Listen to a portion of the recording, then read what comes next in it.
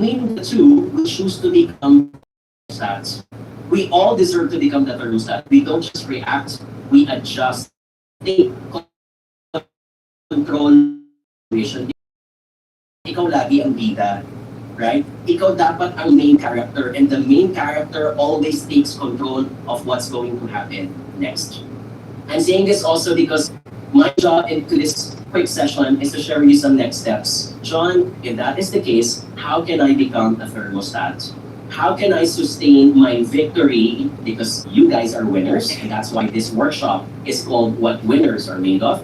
And more than that, as leaders, as coaches, because case in point, you guys are not only working for yourselves, you guys are also working with your teams. And you're only as good as the weakest link in your teams. As leaders, your goal is to embrace the responsibility that you are also in charge of the success of the rest of your teams. So here's my point number one. Can I call you, by the way, as winners for the rest of the session? Okay, I hope it is, because it's amazing to be called as a winner. Winners embrace change as their ally, not as their enemy, because change is going to happen whether you like it or not. And when great leaders cannot control winds that move their ship, they are the one who adjust their sails. Could you please give me a shout out? Naaalala niyo po ba ang nangyari to these two companies way back in 2012? Yeah. I'm sure you do. Can I get a raise of hand? Who here used a Nokia phone when they were younger? I'm sure, di ba yan? Lahat po tayo. Do you remember your first ever Nokia phone? My first ever Nokia phone was the Nokia 3310. Sobrang indestructible. Kailangan ko siyang lagyan ng cover. Kapag nahulog siya sa lupa or sa sahig, yung sahig hindi mababasag. That's how things were during that time, right? And I remember it takes 5 days for the battery to run out. Imagine that time. Nokia was the number one cell phone manufacturer. Almost every individual had a Nokia phone. Did you also know that they were being asked to graduate from an analog technology into smartphone digital technology? In fact, sila dapat ang unang gagamit ng operating system na Android. But they refused. They were using Symbian as their operating system. And he said, we don't need to change. Almost everyone in this world loves a Nokia phone, and that's true. The problem was that technology was about to change. Sometime in 2008 and 2009, other phone companies started to grow into smartphones. Dumating si Sony Ericsson, if you remember that. And also, one of the game changer was when iPhone was born. And then Samsung also came into the picture. Please also take note that during this time, gumaganda ng mga websites, bumibilis na ang internet. And so we were very demanding. We wanted not to take photos because the resolution of photos were getting better, right? Imagine the Nokia phones had really bad resolution for their photos. Nung nagkaroon ng iPhone, gumaganda na ang camera. And this is also the same time when Friendster came into the picture. Raise your hand if you were using a Friendster during that time. Nalito ko si Friendster ngayon tayo mga testimonials. Right? And I remember that time, we realized it's amazing to share albums online. Nagkaroon ng Multiply. Yes. Nalala ko, ang problema ko pa ng buhay ko nun is, what is the title of my Multiply album? Right? So nagkaroon ng MySpace, and then eventually nagkaroon ng Facebook, then there's your Instagram, and also your TikTok. During this time, people started to realize, I don't need to print my photos. I can upload my photos instead. And so Kodak also became a victim of the technology change. What happened? People started to realize, bakit ako mag-print? It's faster and easier to upload my photos online. So in 2012, these two companies, number one in their game, faced that big challenge. And in a span of 2 to 3 years, they had to file for one specific document, which most companies don't want to do. What is that? Right? What did they file for? They filed for bankruptcy. Very good. They filed for bankruptcy because they were no longer as relevant as they were before. These two companies still exist today. They still do, but they're no longer as big as they were before. What is the moral lesson here, ladies and gentlemen? Please remember that no matter how high and mighty you are, if you are the number one achiever in your organization today, please take note, you're only as good as that last policy that was signed. You're only as good as that last invoice, that last PowerPoint presentation, that last PDF brochure, that last song that you played on stage if you were a singer, right? Because while you are sleeping, your competition is out there wanting to find out how to take you out from the number one spot. And you guys know this. The industry today that you belong to is so competitive. So competitive that products are becoming better. So competitive that the ability to access the policy, modify policy, change what you want to do it is also becoming better and better, right? So there is no room for complacency. You can pause if you want to rest, but you cannot stop because someone is going to take you out from the number one spot. In psychology, may tawag po dito, it's called the difference between the state of being and the state of becoming. The state of being is where a winner tells to themselves, okay na ako dito. I finally achieved what I wanted. Right? Or, dito na yung aking line of expertise, dito ako magaling, therefore, dito na ako mag-sustain. I don't want to do something different because if I explore and experiment, baka mawala lang ito lahat. Right? But we don't want to be in the state of being because the state of being is the state of comfort, and comfort is always the enemy of greatness. And so we want to jump into the state of becoming. The state of becoming is where we tell to respond, isang beses mo lang nagawa, what do you call it? Chamba. You don't want to be called as someone as you're achieving in sales and you are deliberately consistent in what you do. Please remember, the litmus test of being amazing, being successful is consistency. You can repeat it deliberately over and over again. Ang tawag po sa state of being is performance zone. Kahit nakapikit ka pa, kaya mo ulit-ulitin. The problem is, governments will change. Customers will change. Technology will change. I can imagine 10 years from now, artificial intelligence will come to a point wherein we can empower more customers to identify what type of insurance policy is going to be suitable for them. Right? Problem is, we have to adjust and we have to adapt. And so there is where akong pwedeng malaman. Sky is the limit, and the biggest room for improvement is the biggest room in the world is the room for improvement. So I'm going to challenge all the winners in the room, department, and which aspect of my life can I become better? So that if ever something happens, I am able to adjust and I'm able to be resilient as well. Let's bring this closer to home, specifically to your industry. Napansin niyo po ba, nung nagkaroon ng COVID-19, customers have changed with the way they interacted with their advisors, right? The way they wanted to take on their insurance policies. Notice this, it's no longer just about the product. Naalala ko 10 years ago, it was all about the brand. Sinong insurance company ang merong endorser? These days, it's just no longer about brand recall. It's also about the experience and the process. Why? Because most customers are becoming more educated. They now, a big proportion of the Filipino society is becoming educated on what policies are. What exactly are VULs, for example. Dumadami na yan. Which means, in their eyes, for many of them, insurance policies are becoming similar. Kay brand X, brand Y, pareho lang naman yan. A lot of them are becoming like that. So what therefore differentiates brand X versus brand Y? And I need to highlight this. It's the experience and the process. Amen? Can you relate to that? Meaning, to give you an example, number one, what differentiates you is the speed of your response to them in the next 3 to 6 hours. What will the customer think? Ay, ang bagal. Kung ganyan siya kabagal, wala pa nga akong policy. Paano pa kaya pag may policy na ako? At ang dami kong questions na kailangan tanungin. If this person cannot keep up with my speed, I prefer to go to someone else who can keep up with my speed. Sana, sagot agad. Number two, it's also a in the insurance industry. We do a lot of workshops, including for your competitors, and I noticed this. So the way they respond is totally different nung nililigawan pa. They suddenly drop them like hot potato. And nandiyan na siya eh. Bayad na yan eh. Right? Wala na siyang kawala. He needs to pay that every year annually until he finishes the term. And I get that. You can have that mentality. Will come from that person who referred you. But my point is, the bigger that network is, the more you can absorb upsells and cross-sells. Problem is, you're only as good as your reputation. If I think that I will not be happy and satisfied with your service, why will I vouch for you in the end? Third, it's also about the payment facility.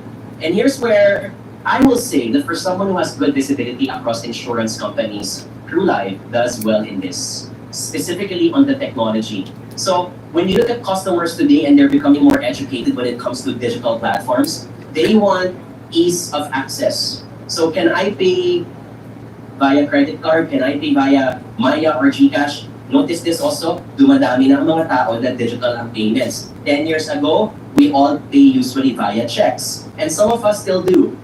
But many of us are now into credit cards. Sayang kasi ang points, right? If you're paying this amount of policy per year, that can give you a lot of cashbacks. And more educated consumers are also into that. So we often tell our partners and customers, when you're offering and selling a product, you have to cover as many digital touch points as you can. Number 4, easy to process, as I mentioned kanina. The biggest challenge with insurance is sometimes nakakatamad kasi ang daming blanks, ang daming forms na kailangan i-fill out. Right? I'll give you an example. Simply, and I'm sure you've experienced this with some of your customers, it's not just when you buy a policy, but when you modify a policy. Right? If you need to change a customer from a beneficiary from revocable to irrevocable, I can assume that there is a major change that many parties or multiple documents need to be signed just for that. So who's going to be the winner in this game? The winner is the organization that can offer the simplest experience without compromising security and quality. Because people don't just buy the product, they buy the process. Can you relate to that? Yes. And so if you make it easier for your customer to buy the product and to process the product, the likely that they will buy. Can I get a raise of hand who here has a Lazada or Shopee account? Okay, I'm sure. Lahat tayo nakagamit na. Napansin niyo ba? Marami tayong moments in Lazada and Shopee na kahit hindi mo naman kailangan yung produkto na yan, napapabili ka. Nabubudol ka. That is the term of budol. And the reason for that is simple. The moment you create an account on Lazada and Shopee, you are required to register a payment account. And they even incentivize you to put in your credit card details or your GCash. Why? The moment you put in the payment details, madali nang bumili. Once press of a button and you're good. Why? Because the easier it is for you to pay, likely you will end up buying. That is the science of decision making.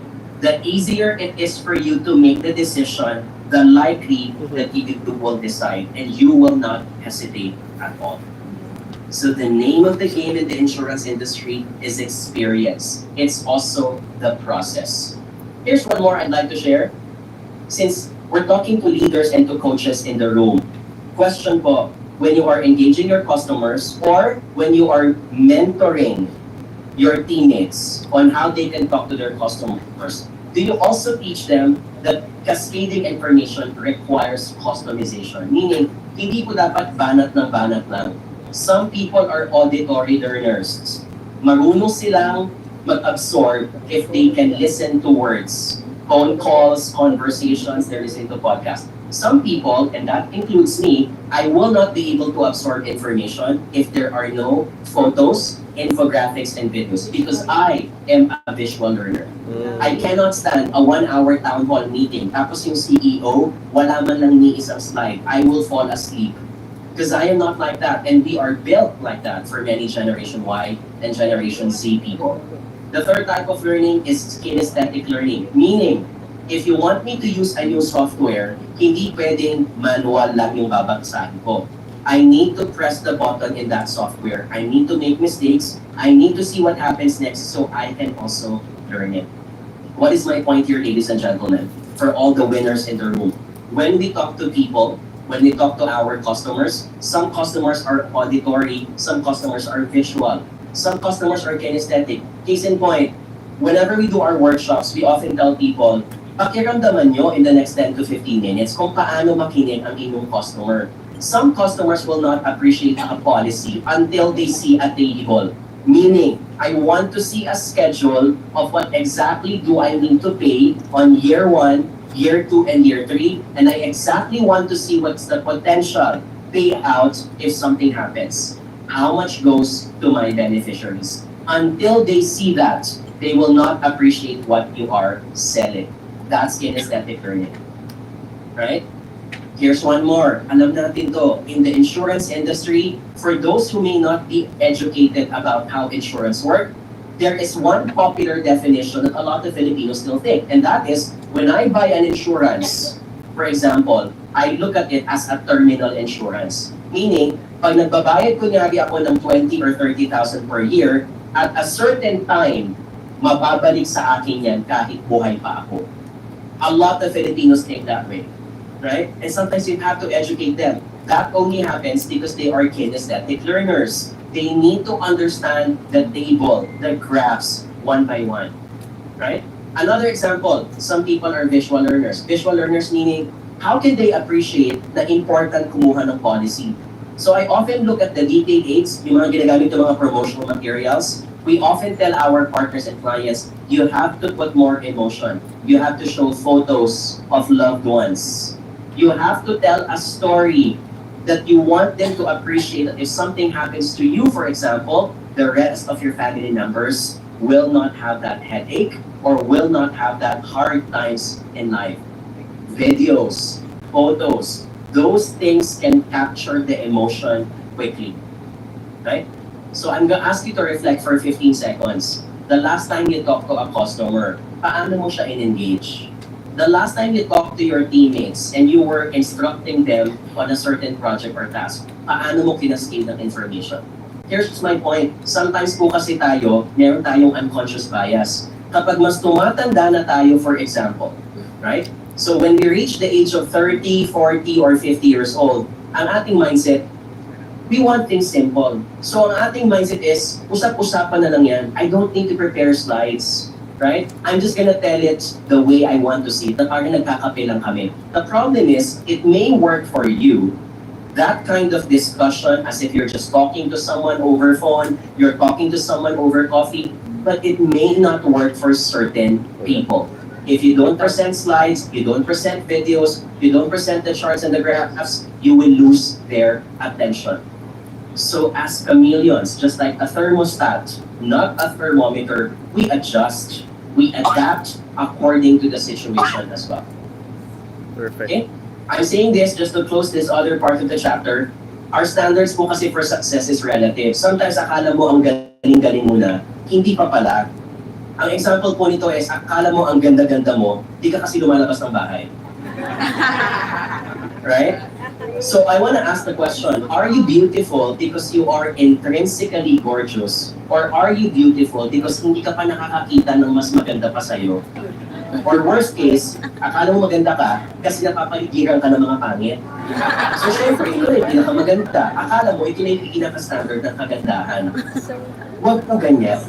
Right? If you want to become the best of the best, you have to identify what is the actual best. So don't just say you're at the peak, because you will always find someone else who's at the peak. There will always be a higher peak at the end of the day. You probably just not have met them yet. So please remember, and this is one of my favorite mantras, I subscribe to this mantra. Sometimes your ceiling could just be someone else's floor. I'm gonna repeat. Sometimes your ceiling could just be someone else's floor. Akala mo level 20 ka na, at level 20 na yung pinakamataas. Yung pala, pag na-meet mo yung ibang tao na kasama mo, level 50 sila. And they will tell to your face, level 20? Basic lang sa amin yan. We're in level 50. We are aspiring to go for level 100. And we become humble. And we do not get envious, by the way. We do not get insecure. When we see a person who's better than who we are, we instead become inspired. And we tell to ourselves, wow, pwede ka na maging ganyan. I want to become like that. I want to surpass that person. Right? I love watching anime, and if you happen to be an anime fan like I am, I notice this lagi sa mga pelikula for Japanese films and for Japanese cartoons, in anime, when the protagonist, yung bida, nakakakita ng isang kalaban or isa pang bida na mas magaling sa kanya, they don't get mad. They become inspired. And so they tell to themselves, there is space for me to become better. That is the mentality of a winner. That is what we mean by growth mindset. Okay? Before I proceed, okay lang po bang magbigay ng prize for our participants? Any other raise of hands if you're okay to do a quick contest? Yes? Okay. Salamat po. Thank you. So, what will happen? I'll be asking a set of trivia questions. You need to answer the question. But because we are doing virtual, can I request you to do this instead? I'd like you to please send your answers as a DM on Instagram. And my Instagram account is Jonathan Yabut. Please do add me. And send over your answer via direct message. Okay, I'm going to give you a few seconds for this. Now, what will happen is, paunahan po ng sagot. Whoever gets to answer the question correctly, I will call out your name or your Instagram handle, and I will give out to you the prizes. Okay? So, what's gonna happen here, ladies and gentlemen? I am going to give away tickets. First one is our workshop because I will not be able to see you live. I would love to see you finally live. My session, however, is happening in Metro Manila in Fort BGC on April 27, Saturday. This is a 2-hour workshop called Boost Your Confidence, which we designed for sales folks. It's the ability to engage customers, to pitch, to present, and to command your audience. Okay? Now, I'll be giving away 2 winners, and each winner will get free 10 tickets. Okay? Very generous po kami today because each ticket is worth 1,299 pesos. But because of course we love Crew Live, each winner is gonna get 10 free tickets. Ready na po ba kayo? Yes? So, can I get some raise of hands? Please wiggle, wiggle. Just want to see if you're all ready. Very good. So please type your answer in the DM, send it to me, and you can now prepare that DM chat window if you want. Okay? It's a trivia question. My first question is this. When looking at the nutrition facts of a processed product, one should watch out for the quantity of this element, which is found in the periodic table of elements, as it is a nasty culprit behind high blood pressure. Cholesterol. Okay, wow, ang bilis ng mga tao. I'm able to catch your answers now immediately in the chat box. Halo-halo mga sagot. Now, I'm looking at the chat box. Hello. People are typing fats, people are typing carbohydrates. The correct answer po, ladies and gentlemen, is sodium. Oh my God. Sodium na po We're going to check it po natin. We all know this. We advise this to our customers, right? When it comes to healthy lifestyle. Okay? So, my winners, ladies and gentlemen, pipili lang po ako ng dalawa na una. Okay? Wait lang po, ang dami. Sada kaya kuan ba? Sa virtual ba? Kuan niya. Okay. My winner, ladies and gentlemen, dalawa lang po ang aking pwedeng kunin. Sorry po. Dapat na kay IG kay mga elite clients uban. Okay. Hindi ba tumatawa po sa chat box? Okay. I-open nimo imong other platform. Ayan. First winner, ladies and gentlemen, is Ken Coniza. You may 10 free tickets to our workshop sa mga sabay. Pwede na. My second winner, ladies and gentlemen, is Clay Van.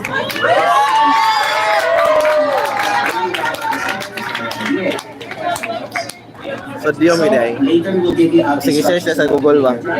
My second question, ladies and gentlemen, again, the winner gets 10 free tickets, which you can give away to anyone, your teammates or your loved ones as well. Question is this, please prepare your fingers now. According to US data, most heart attacks happen on this day of the week. First week sa... Make a guess. Most heart attacks happen on this day of the week. Ang bilis na mga daliri. Okay, I have 2 winners. My winner, the first one is... Wait na. Monday. Okay. First winner, Arman and... Congratulations. My second winner is Rhea Roxanne. Monday. Yeah, maka-travel. Manila. Sunday kasi kaya Monday. We're gonna give one more round of Wala, gabi, 30 tickets. right? In the meantime, let's proceed to the rest of our workshop. Okay? For those who have won a ticket, by the way, I am sharing it now on the screen. Please look at the lower part. That is the website jonyabut.com/free. Please take a photo para mamaya po. You can go to that website and please input the names of all the 10 people that you are going to ask to attend. Hala. You don't need to decide now. You can decide it later on, before April 27. But please take a photo and earmark this website. For those who did not win tickets, we'd like to invite you. Please catch us on April 27 at the Minorca Tower in Fort BGC. The ticket is only 1,299 pesos for 2 hours. We've been doing this since 2018 with over 5,000 students enrolled. It is the Philippines' most attended public speaking workshop. Okay, tip number 2. Winners will always sharpen their focus. In times of changes, you will be tempted to say, yes, I think guilty tayo niyan. Yes, I will go to that meeting. Yes, I will see this place. Yes, I will do that Zumba. Yes, I will attend and do that flight. But you also need to identify the one thing that will move the needle. That also includes coaching your people. The higher you climb and the higher you go up, you're no longer doing the execution. You're envisioning, you're doing the strategy, you're mobilizing people. Right? Imagine this. Naalala niyo po ba ng COVID-19? Sobrang daming pasyente hindi makapasok sa ospital kasi walang kama at walang ICU facilities. When this happens, during that time, doctors and nurses have to employ what we call as triage. Triage is a French term which means to filter. Pag masyadong madaming pasyente pero konti lang yung doctors or nurses in times of calamities, earthquake, typhoon, or a pandemic like COVID-19, the doctors have no choice but to segregate sinong pinaka-important at sino ang pinaka-urgent. The rest will be delayed. The rest will need to wait. It's nice to have, but it's not a must-have. Question po, does this sound familiar to many of us? I think it is, because in life, as winners, we are all facing so many temptations to do a lot of things.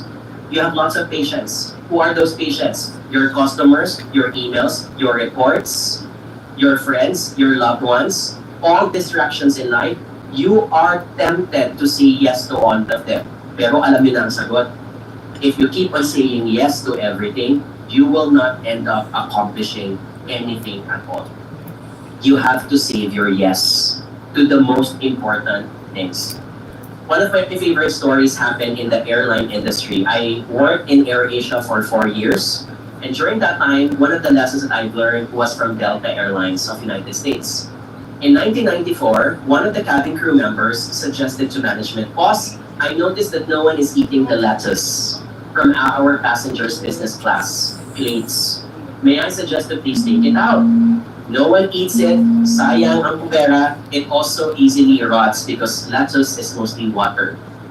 So here's the catch. Management was initially hesitant, but management said, okay, we're open-minded, let's do an experiment. If someone complains that the lettuce is gone, or if someone complains that they want the vegetable to be back, we have to bring it back.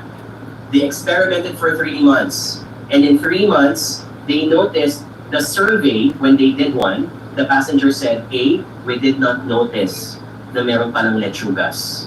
Or number 2, many of them said, the plate looks cleaner and more organized. So management said, wow, teka lang ha, this is working. Akala natin kailangan lagyan ng lettuce, yung pala, it's not important at all. So they took out that vegetable, continued taking it out for 1 more year, and in 1 year, without any permanent damage to their sales, without any major complaints from customers, Delta Airlines saved $1.4 million. Imagine the savings the company got because they took out one thing from their offering that they thought was important, but in the grander scheme of things, it was not important at all. What is the moral lesson here, ladies and gentlemen? In our daily activities, meron po tayong isang lettuce that we keep on doing. We think it's important, but when we step back, we realize it's not that important at all. So I want you to please reflect for 15 seconds. Do you have some lettuce in your business that you can let go? I'll give you an example. As a consultant for many companies, the number one lettuce that I've noticed a lot of employees and a lot of business leaders complain about is this. It starts with letter M, and you do this every day, sometimes to the point na after mo gawin ito, manganganak siya ng mas madami pang ganito. What is that? Anyone make a guess? It's meetings. Right? Pamiting ng pamiting ng pamiting. Nagpapamiting para magpamiting kung ano yung meeting para mag-meeting ng meeting next week. Pamiting ng pamiting para wala namang nagagawa. Meetings that could have been an email. Meetings that could have been a phone call. And don't get me wrong, I am not here to say that you should stop doing meetings. My point, however, is that you have to strike a balance. Are we doing a meeting just because we want to make it look like we're doing something? Or are we doing a meeting because we need that meeting? First and foremost, hindi na kailangan ng meeting kung meron ka ng guidelines in the first place. Hindi mo kailangan ng masyado madaming meeting kung mini-mentor mo at kino-coach mo ang mga tao mo from the very start.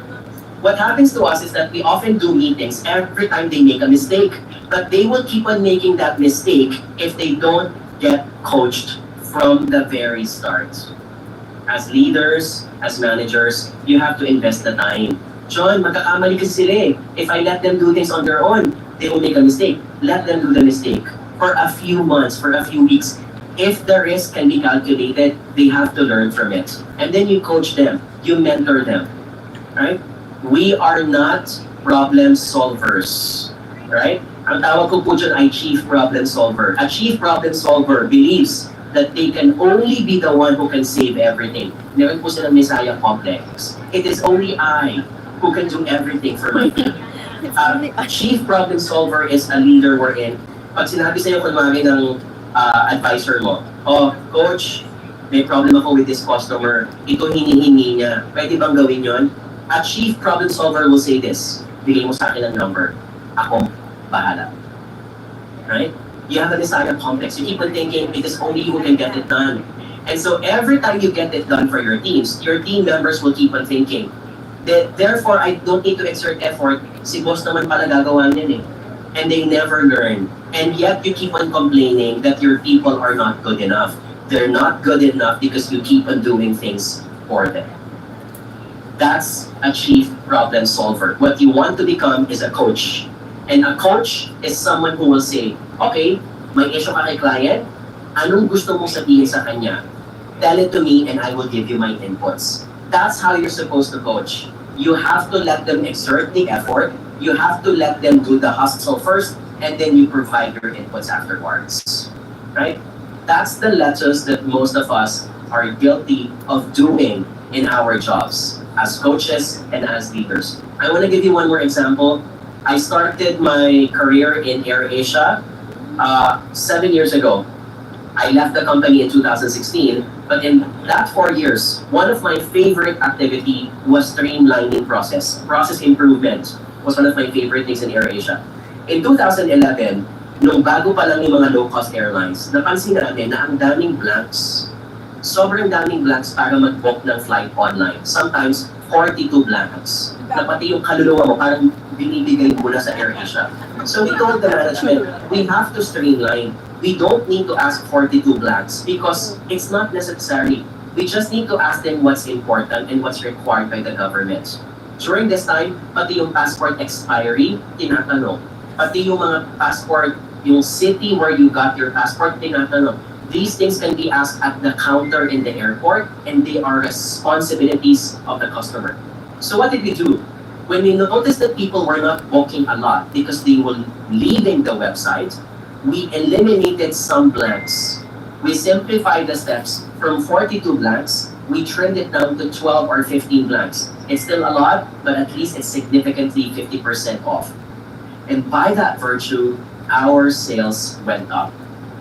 Booking led to 20% increase in sales. This is simplifying. This is saying no to the letters that you think was important, but when you take a step back, it's not as important at all. Right? I'll give you one more example. Pag nagbebenta po tayo ng produkto, notice this, ang daming gustong sabihin sa produkto. Let's look at the examples of soap, Safeguard and Dove. Do you know the reason why these two soaps are so amazing and are the #1 brands in the Philippines and all over the world? It's because kahit madami silang gustong sabihin, they do not shout out everything. Look at Safeguard. Safeguard can clean. Safeguard smells good. Safeguard can protect your skin. Safeguard is one of the most affordable brands out there. But Safeguard will not say these things. Isa lang po ang sinasabi ni Safeguard. What is that? It's superior skin germ protection. The 99.99%. Yun ang tumatatak sa ating isip. Right? So the idea is that it's single-minded. Same thing also for Dove. Dove can clean your skin. In fact, the World Health Organization states that even if you use all types of soap, they can all equally clean. But Dove does not talk about antibacterial properties. Dove talks about beauty. It's revealing the beauty from within. So Safeguard is about antibacterial protection. Dove is about moisturizing. Safeguard is about talking to housewives. Dove is talking to all beauty conscious women. What is my point here? Even if pwede kang magsabi ng madaming product features, you do not shout all of them. You focus on one important thing that matters to the customer. The assumption being, you know the customer well. Because when you're single-minded, madaling tandaan, madaling pag-usapan, at madaling balik-balikan. Simple brands and single-minded brands are the easiest to remember, and many times is what people end up buying. So I'm gonna bring this closer to home. Do you coach your team members to be single-minded when they engage your customers? For example, kapag alam mo na after 5 to 10 minutes of discussion or nagbalik-balikan kayo via Facebook or sa Viber ng usap-usapan at alam mo that this customer is a breadwinner. He's a father, young father, 35, 38 years old, and he wants to get an insurance specifically for the wife and for the kids. What is your key message in the next 10-minute discussion? Dapat po, simple-minded na tayo. Dapat simplified na. If it's a breadwinner, you focus now on the dependents. Because what the person wants to hear is, what is the benefit if something happens to me? In the next 15 minutes, focus on that. Focus discussion. Mr. Jonathan, ilan po ba ang anak natin? Right? Mr. Jonathan, what do you think is the comfortable amount of money that, knock on wood, and of course, I'm being professional here. If something happens, do you think will help your family continue the lifestyle that you want them to have, even if something happens? Your discussion should focus on that. Ito ang problem ko sometimes sa ating mga advisors. Binibigyan ka lang ng 15 minutes time kasi raw napaka-busy niya. Nakaka 10 minutes ka na, history of pro-life pa rin ang pinag-uusapan. Guilty? And I hate it when that happens. You have to be single-minded. You have to attack immediately to what the customer is looking for. Right? Another example. Let's consider that your customer is a high net worth individual. They don't need protection. But you already have an idea that they have a certain intent in mind as to why they want to get an insurance. So for example, if it's a high net worth individual, saan dapat ang focus of your discussion? Specifically for, you guys know this, right? Focus on wealth management. Probably it's going to be about estate planning. If that is the case, ask that question immediately so that in the next 5 to 15 minutes, you can focus the angle into estate tax. Right? These things, unfortunately, I still notice is not a skill that's mastered by many of us. Right? Another example, If the person is very future-oriented, meaning, and marami tayong ganito, especially for millennials and Gen Z, they're very young, and they're doing it not because they want to protect a certain beneficiary. They're doing it because they want to shield their savings or their potential income, for example. They're future-oriented, meaning they're very concerned that something might happen to them, and whatever success that they have today, they don't want it to be stopped, or they don't want it to be affected. What can you offer? 24 years old, 25 years old, may pera, kaya nyo kumuha ng policy on top of what you're offering. What do you think can be added here? When I say future-oriented, medyo may pagka-paranoid sila minsan. Medyo meron silang tendency to catastrophize that something can go wrong in the future. What do you focus on? You focus on hedging future events. You may want to opt for offering clearly the critical illness feature of your policies, right? And here's again where I want people to be single-minded. Ang daming pwedeng pag-usapan, I get that, because you have amazing products.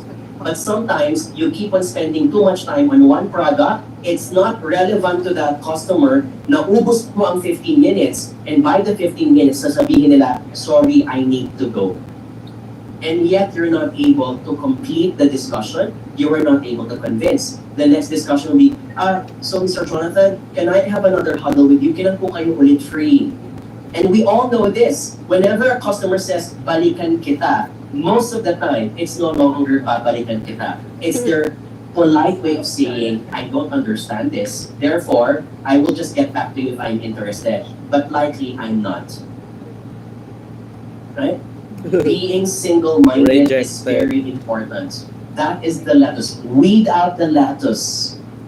Nice things to say, but they're not the must-have to say in the end.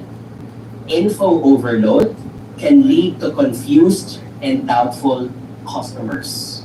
And alam po natin ito, kapag hindi naiintindihan ang produkto, nai-intimidate. Kapag nai-intimidate, they think it's not for them. Okay? Here's one more. Pati po sa mga presentations meron tayong tendency, meron kang PowerPoint.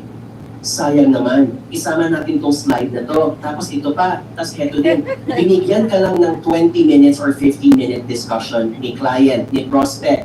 But no, ang iyong PowerPoint slides, 135.